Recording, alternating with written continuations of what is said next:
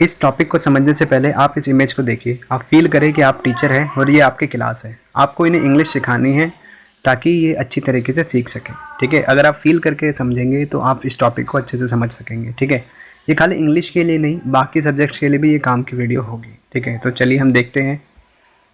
आज का हमारा टॉपिक है प्रिंसिपल्स ऑफ टीचिंग इंग्लिश। ठीक है, तो सबसे पहला जो हमारा प्रिंसिपल आएगा टीचिंग इंग्लिश का, वो क्या होता है? Principle of selection.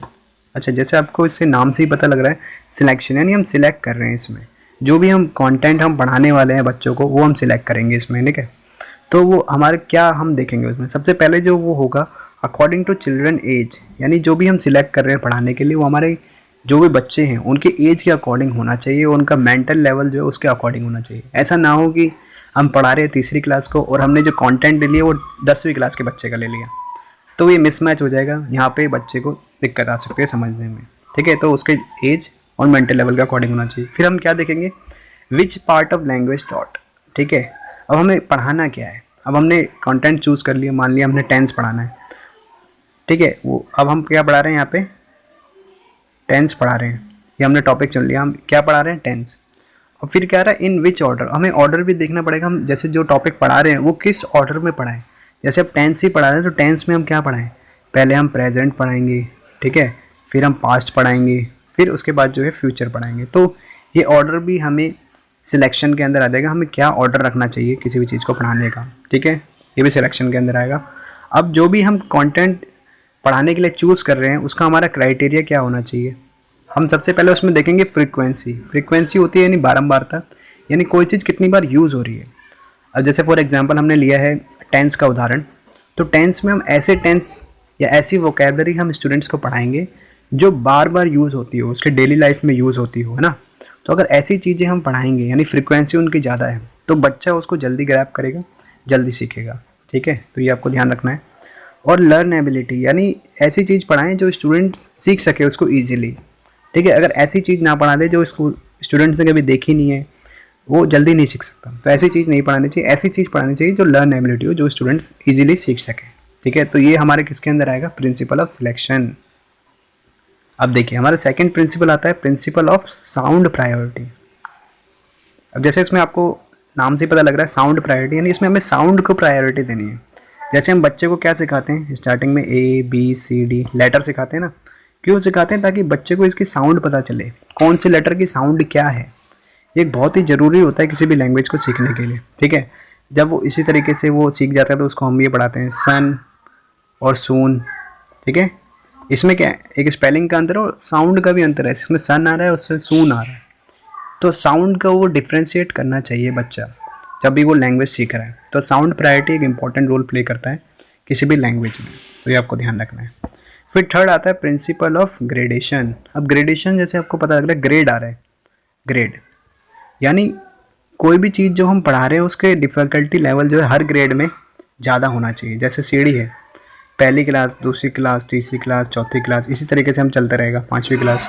यानी जो भी हम कंटेंट सिखा रहे हैं वो हर क्लास में क्या है, थोड़ा थोड़ा टफ होता रहेगा। जैसे यहाँ पे हमने प्रेजेंट पढ़ा दिया, फिर पास्ट पढ़ा दिया, फिर फ्यूचर, ठीक है, फिर एसे आता है, फिर आता है नोटिस, फिर रिपोर्ट। इस तरीके से क्या है, हर क्लास में कोई भी सब्जेक्ट है उसका डिफ़िकल्टी लेवल बढ़ता जाता है ना। ऐसे मैथ की अगर हम बात कर लें तो मैथ में क्या होता है, सबसे पहले नंबर सिखाए जाते हैं, ठीक है, फिर ऑड नंबर, फिर इवन नंबर। तो धीरे धीरे क्या है इंट्रोड्यूस की जाती नई नई चीज़ें, डिफ़िकल्टी लेवल बढ़ता जाता है। तो यही प्रिंसिपल ऑफ ग्रेडेशन के अंदर आता है कि हर क्लास में, यानी एक ही क्लास में सारी चीज़ नहीं सिखानी है, पहले ईजी सिखाना है, फिर अगली क्लास में उससे थोड़ा नई चीज़ें इंट्रोड्यूस करनी है, फिर उससे अगली क्लास में नई चीज़ें इंट्रोड्यूस करनी है। तो यही प्रिंसिपल ऑफ ग्रेडेशन के अंदर आता है।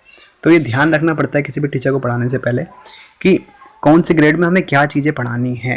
ठीक है, तो ये एक इम्पॉर्टेंट वो है, इससे एग्जाम में क्वेश्चन भी बनते हैं, ध्यान रखना है आपको। चलिए नेक्स्ट प्रिंसिपल हमारा है प्रिंसिपल ऑफ सीक्वेंसिंग। अब प्रिंसिपल ऑफ सीक्वेंसिंग से क्या मतलब है? सीक्वेंस मतलब क्या होता है, एक तरीके से, है ना। तो हमारा हम जो भी चीज़ पढ़ा रहे हैं उसका हमारा सीक्वेंस क्या रहना चाहिए, सिंपल टू डिफ़िकल्ट, ताकि जो है बच्चा पहले इजी चीज़ सीखेगा, फिर धीरे धीरे मीडियम, फिर उससे टफ, फिर उससे टफ। तो इस तरह से अगर हम पढ़ाएंगे तो किसी भी टॉपिक की जो स्टूडेंट सीखता है वो अच्छे तरीके से सीखता है। ठीक है, फिर पांचवा प्रिंसिपल है हमारा प्रिंसिपल ऑफ प्रेजेंटेशन। अब प्रेजेंटेशन जो है किसी टीचर की वो बहुत अच्छी होनी चाहिए किसी भी कंटेंट को पढ़ाने के लिए, या उसकी अप्रोच हम बोल सकते हैं सही होना चाहिए, मेथड सही होना चाहिए। जैसे हम बात करें मॉडल रीडिंग, मैं बात करता हूँ मॉडल रीडिंग होती है जो टीचर पहले पढ़ता है ना, स्टूडेंट्स को पढ़ाने से पहले जो टीचर पढ़ता है उसको बोलते हैं मॉडल रीडिंग। मॉडल रीडिंग उसकी सही होनी चाहिए। मॉडल रीडिंग ऐसी ना हो, जैसे आपको कई बार यूट्यूब पे वीडियो भी मिल जाएगी, कई टीचर क्या होता है NATURE, इसको क्या पढ़ते हैं नटूरे, देख लेना आपको मिल जाएगी। तो ऐसे डेंजर को डंगर पढ़ते हैं, तो ऐसा ना हो आपकी मॉडल रीडिंग, जो भी टीचर पढ़ा रहा है उसकी सही होनी चाहिए। नेचर है नटूरे ना पढ़े उसको, तो आप सर्च भी कर सकते हैं, आपको मिल जाएगी वीडियो। तो मॉडल रीडिंग या जो भी वो अप्रोच लगा रहा है वो सही होनी चाहिए, ठीक है। ये मैंने आपको एग्जांपल दिया खाली मॉडल रीडिंग का, ठीक है, प्रेजेंटेशन के लिए। फिर आता है प्रिंसिपल ऑफ कॉम्प्रीहेंसिबल इनपुट।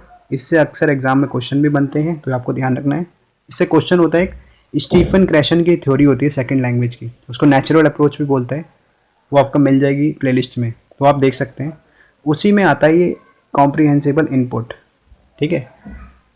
तो इसका मतलब क्या होता है, यानी जो इनपुट मतलब क्या है, बच्चे के दिमाग में जो है उसमें हमें इन करना है, ढालना है चीज़ें। क्या चीज़ें ढालनी है, जो बच्चा समझ में आ सके, है ना, जो बच्चे की कोई कॉम्प्रिहेंसिबल मतलब जो बच्चा समझ सके चीज़ों को। जैसे मान लो बच्चे का लेवल अभी कम है, तो बच्चे को क्या चीज़ें पढ़ानी चाहिए, बच्चे को पहले पढ़ाएंगे हम कैट रैट, क्या है बच्चा यहाँ पे ये समझ सकता है ना, मैट मग जग, बच्चा समझ सकेगा। और मान लो बड़ी क्लास में आया, फिर हम पढ़ाते हैं जैसे this is a car, this is a car, क्योंकि अब यहाँ पे बच्चा क्या ये चीज़ें समझ सकेगा, ये वाली चीज़ें तो सीख ले। अब ये भी चीज़ें बच्चा समझ रहा है, अब हमें क्या इससे थोड़ा और डिफ़िकल्टी लेवल बढ़ाना होगा। फिर हम क्या पढ़ा देंगे, जैसे I am going to market to buy fruits, इस तरह से बड़े बड़े टेंस।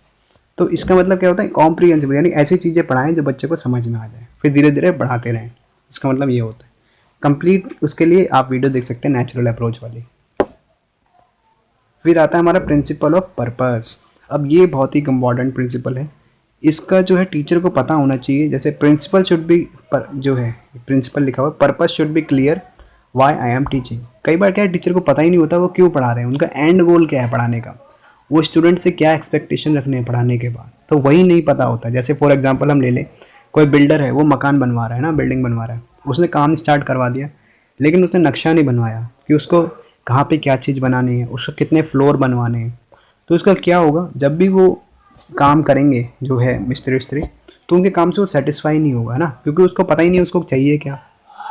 तो इसीलिए बोलते हैं कि जो प्रिंसिपल नहीं आएगा, पर्पस जो है क्लियर होना चाहिए, क्योंकि आप क्या एक्सपेक्ट कर रहे हैं स्टूडेंट से, क्या अच्छे मार्क्स एक्सपेक्ट कर रहे हैं या उनकी ओरल लैंग्वेज फ्लुएंसी अच्छी होनी चाहिए। तो पर्पस हमारा जो है क्लियर होना चाहिए पढ़ाने से पहले, ठीक है। फिर आता है प्रिंसिपल ऑफ लैंग्वेज अपॉर्चुनिटीज़, ये भी इंपॉर्टेंट है, एग्जाम में क्वेश्चन बनता है। तो लैंग्वेज की हमें क्या है, बच्चों को अच्छे से सिखाने के लिए उनको अपॉर्चुनिटी देनी चाहिए बोलने के लिए, ठीक है। कम्युनिकेटिव अप्रोच भी इसमें आता है, वो भी आप देख सकते हैं प्लेलिस्ट में।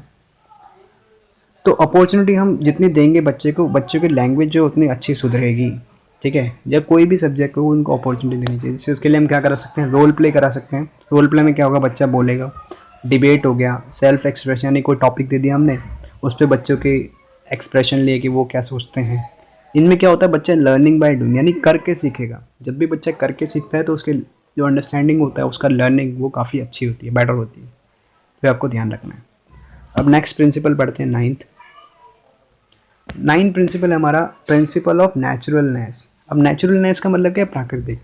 जैसे कोई भी बच्चा जो सीखता है कोई भी भाषा, पहले क्या है, पहले वो सुन के सीखता है यानी लिसनिंग, फिर वो बोलता है स्पीकिंग, फिर वो रीड करता है रीडिंग, देन राइटिंग। तो ये नेचुरल ऑर्डर होता है किसी भी चीज़ को सीखने का। तो ये ऑर्डर हमें मेंटेन करके रखना चाहिए। अगर इसी ऑर्डर में हम पढ़ाते हैं कोई भी चीज़, तो बच्चा जो है अच्छे तरीके से समझेगा। तो ये आपको ध्यान रखना है, इससे क्वेश्चन बनता है कि लैंग्वेज सीखने का ऑर्डर क्या होता है, ये आपको ध्यान भी रखना है। आप नोट डाउन भी कर सकते हैं, मैं आपको साथ साथ बताता भी जा रहा हूँ क्या क्या क्वेश्चन बनते हैं आपके एग्जाम में, ठीक है।